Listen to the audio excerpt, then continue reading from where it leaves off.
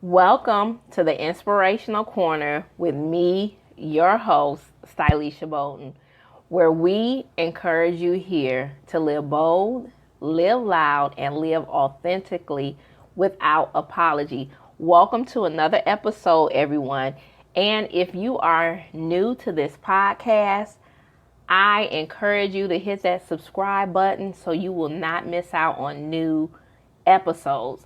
And also, while you are here listening in, I encourage you to share this podcast with someone you know that want to be uplifted and empowered. We talk about a range of subjects dealing with mental, emotional wellness, as well as self-care, self-love, self-confidence, and so much more, especially for the modern day woman. So with that said, I want to first say thank you to my 12 subscribers that I have thus far. I am very appreciative to those that actually support the podcast, that actually listen in. And if you do listen in and you are attracted to this podcast and you're uplifted by this podcast, I encourage you to subscribe and also leave comments, because I think that's truly not only inspiring and uplifting for me, but it truly starts different conversations. So with that said, I had to say thank you, and I am appreciative for your support and my 12 subscribers. Whether it's one or two, somebody's out there listening and being empowered and uplifted by what I am putting out and the content that I'm putting out on this podcast. So that makes me excited. So with that said, today I wanted to talk about how to embrace your entrepreneur spirit. I think as entrepreneurs, we don't get the needed support when we say that we are entrepreneur or that we want to be an entrepreneur, and we know that the employee path is not our path. And I think it's so important, especially in this day and age, especially in 2020, all that has transpired. A lot of people has really been able to do some self-reflection, some inner healing, and soul searching, and to find out that they really want to own their own business, or they really want to start their path and start their journey as an entrepreneur. And I think sometimes there can be a lot of judgment and pushback from people that don't really embrace the word entrepreneur, because sometimes people feel that that word entrepreneur means a starving artist, or that you're really not going to make money. And it's too many entrepreneurs out here now in small businesses that we have that we know that is truly is not true. So with that said, I wanted to create this episode in honor of those that are already entrepreneurs and people that truly want to know that they are truly called to be an entrepreneur, and this is what they want to pursue, but they're scared and they have fear and they're caring about what other people think, and they don't even know where to start. So this episode is dedicated to you and you just embracing your entrepreneur spirit. And I want to first start off with my story. A lot of you may not even be aware of my story, but some of you know that I'm an author, and that's probably all you know. And of course, I have this podcast and a blog, and you may not even know all that. So I want to truly go a little in depth about my story and how I started. Now, when I was 8 years old, I was writing, and I wrote everything under the sun, from poems to songs to short stories. And so I knew at the age of 8 that I was a creative person. And I love music and I love creating my songs. And I knew that I wanted to pursue writing as a full-time career. Of course, as we get older, life changes and we choose other things because we get scared and we start listening to what other people say, or our life just take a different journey. And also when I was younger, I loved to teach. And that was a great part of who I am too, because I loved to play school teacher when I was young.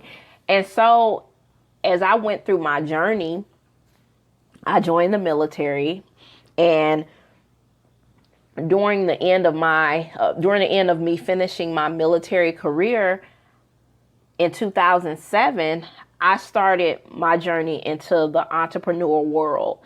I started by self-publishing my first book, which was called Soul Seeker. And I truly had no idea on what steps to take as a newly published author. However, I knew that I needed to step out of my comfort zone and just start this path of being an independent author. I had no clue. I didn't have everything in order. I knew after finishing my military career, I truly wanted to pursue my childhood passion as being a writer, because I hadn't written anything for several years. I didn't write. Being in the military, I traveled around the world. I lived overseas. I love the international lifestyle, and I'm glad I was exposed to living in other countries, because it exposed me to different cultures. And I still have a great love for the international living, which I truly want to get back to it sooner than later. So with that said, I was really nervous about starting this journey, but I was still excited in 2007 when I first published my first book. And like I said, it was a new journey. I made plenty of mistakes in this journey, but I learned some valuable lessons along the way. And as I went through my self-publishing journey, I truly began to realize the importance of knowing that I was not just writing a book, but now my book was a business. And I didn't know that. I didn't know the importance of branding my business and myself, or marketing, or building relationships and networking. I didn't know all that. I was just excited to have a book out. And in my head, I'm thinking like, okay, I got a book out. I self-published my first book, and everybody's supposed to buy it. And the time that I self-published my book, I don't think Create Space was out yet, because I went through Author House and I paid this extreme amount of money, to get my book self-published. And this was before Amazon created their independent publishing that you can do through Create Space, which was pretty much $0. And I didn't know. And so before Create Space came out, I spent so much money through these self-publishing companies at the time, because they was getting a lot of money off of the new self-published author. And it was a little frustrating, but like I said, I learned through my journey, I learned a lot of valuable lessons. And so when social media started to become a big thing, Facebook, then Twitter, and now we have Instagram, when social media started to become big, I learned how to get my products in front of a virtual world. And to me, that was another challenge, because I'm a very private person, and a lot of people think I'm a very extroverted person, but I'm extroverted and introverted. Especially as a writer, we people see me and like, oh no, you're an extrovert. I'm really an introvert too, because I can communicate and socialize and connect with people, but at the same time, I'm a very introverted person. I love being to myself.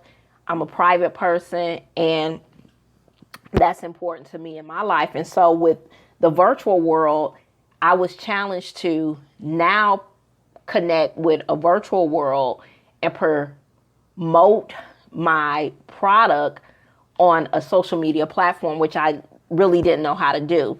And so around 2009, I decided to go to school. And I always wanted to pursue my college degree I dropped out of college when I was around, I think, 18, 19. Yeah, when I was around 18, 19, before I went to the military, because college was not for me at that time. So I dropped out of college because I wasn't there for the right reasons and I didn't want to be there. And so with that said, in 2009, I decided to get my bachelor's in business administration as well as my master's in business administration. And my concentration was marketing and international business, which I enjoyed. But then I had, created all this debt getting my degree. And I'm like, oh my God, I could get a job in writing and business. But I realized, no, that wasn't the case. But I don't regret getting my degrees because, like I said, I love education. And with that said, I was able to do, in the last 7 years, do teaching contracts. I was, a contractor, able to go into schools and teach. So that was a great thing. And that was a business for me because I did it on my own terms and own time. So in 2009, I created my first business called The Writer's Block. This is where I did copywriting, editing, and created content for other creative professionals. A lot of people don't know that I had a business before even what I'm doing now. And when I created my first business, like I said, The Writer's Block, I didn't know how to, get everything together. So I end up hiring a business coach, a business life coach. So I end up having like these six sessions with my business life coach. And that really was my first exposure to having a life coach. And that was important to me because that really helped me. And that was an investment in myself and in my business to kind of do better. And it helped me a lot. It helped the Writer's Block flourish. And in the Writer's Block, as I did copywriting, editing, and created content for other creative professionals, I also traveled around the United States getting paid to perform poetry at special events. I would make contracts with my clients explaining the terms and conditions and my fee. And I enjoyed my first business. It was the beginning of my entrepreneurial journey and path, and it was very exciting to me. However, around 2012, I was growing in a different direction, and I no longer wanted to do poetry. It wasn't the only thing I wanted to do, and I didn't want to put my creativity in a box. So in around 2011, 2012, I shut down the Writer's Block, and I took some time off from writing and kind of took that time to kind of self-reflect and kind of step back on what other path that I wanted to do. And so I just started blogging. I started to do more blogging because I already created my blog in 2010, but I started to blog a little bit more. And I was like, oh my God, I'm creating articles. And so I was able to freelance write for multiple online magazines that I would collaborate with, and I would do online content for their magazines. I would have my own article, like I said, freelance write, have my own articles for different online magazines, which helped me kind of build up my portfolio in my writing.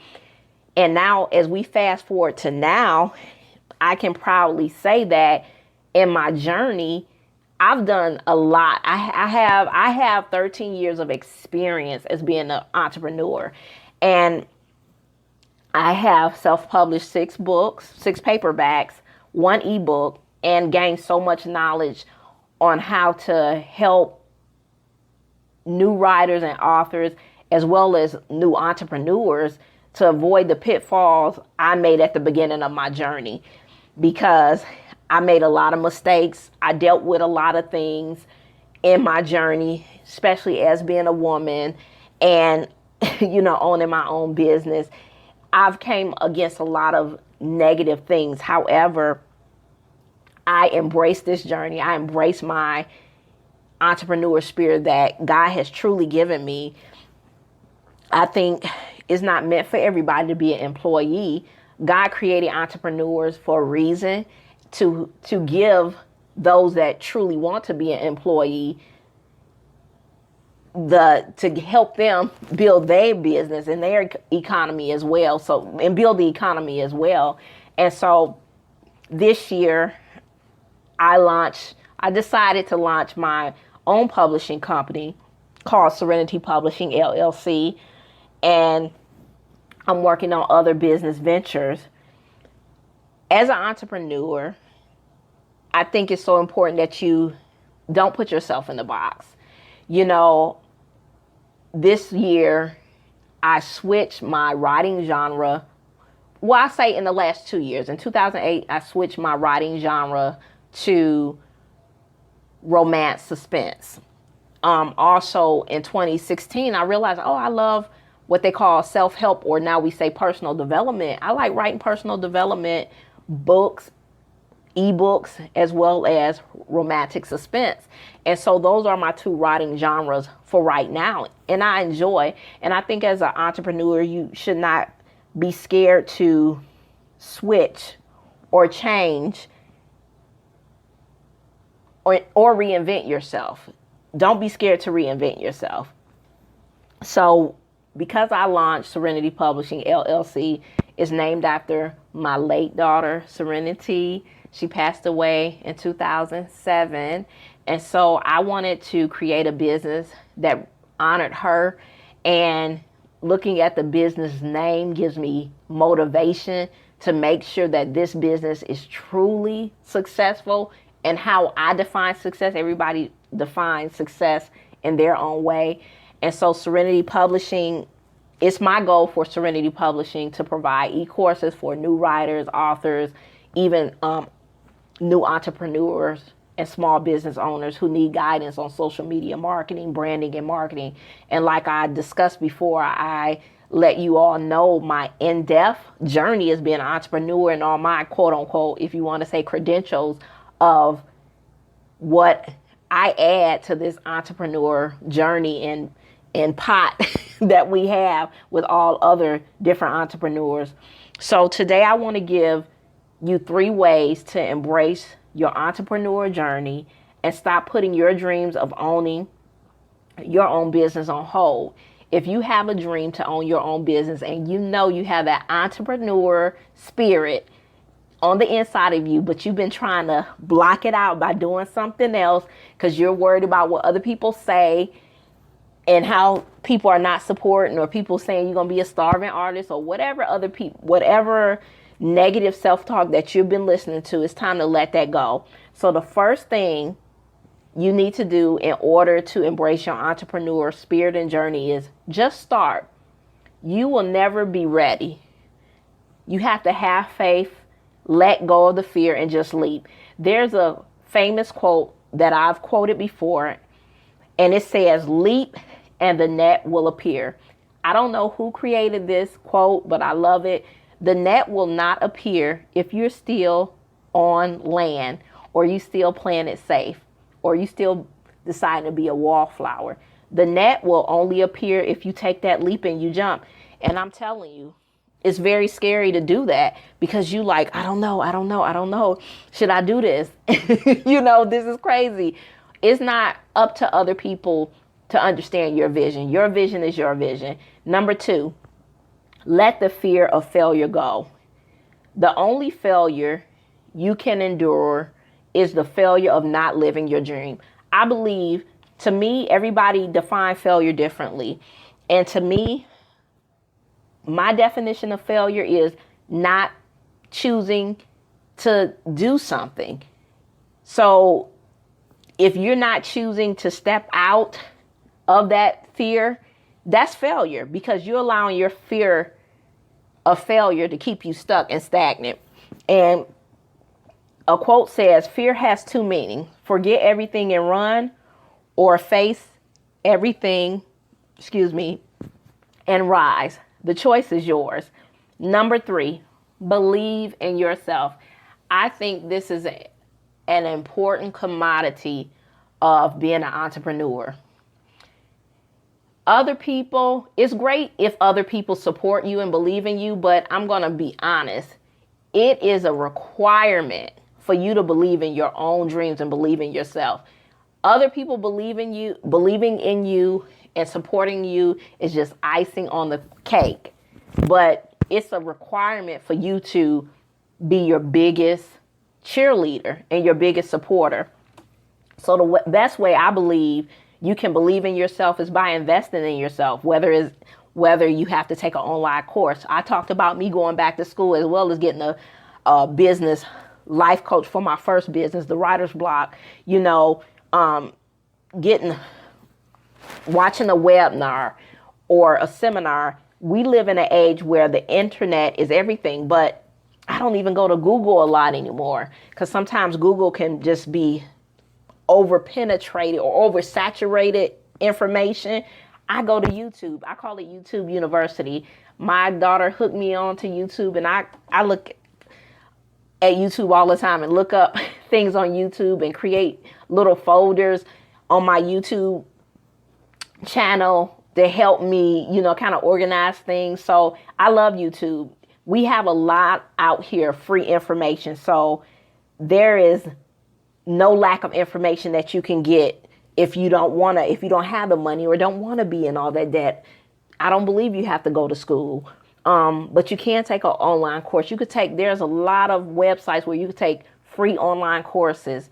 If you want to get a life coach, there are life coaches that can be for you and that you can connect with. And I truly believe that investment is worth it. Throughout my entire entrepreneur life and journey, I have had different life coaches, and I have a life coach now, and a life coach and a mentor. And I think that's important. And when you believe in yourself, that is the ultimate win, because you know that you can do extraordinary things and there is nothing that you cannot do. In spite of the ups and downs, you know that life is working for you, not against you. That in spite of what it looked like, you know you are going to be successful in what you do. So I want to read this quote. It's by Marianne Williamson, and I'm sure you probably heard of it. It says this: our deepest fear is not that we are inadequate. Our deepest fear is that we are powerful beyond measure. It is our light, not our darkness, that most frightens us. We ask ourselves, who am I to be brilliant, gorgeous, talented, fabulous? Actually, who are you not to be? You are a child of God. Your playing small does not serve the world.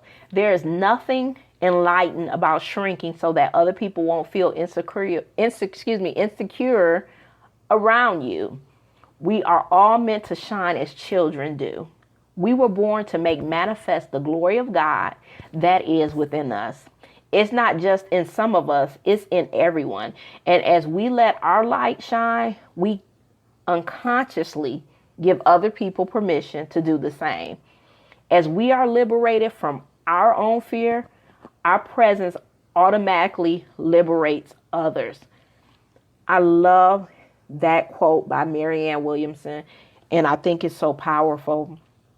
And just to end with, if you have been wanting to start your own business and that's been a thing in your heart for a long time, but you have allowed the negative self-talk within yourself or other people or society to hold you back,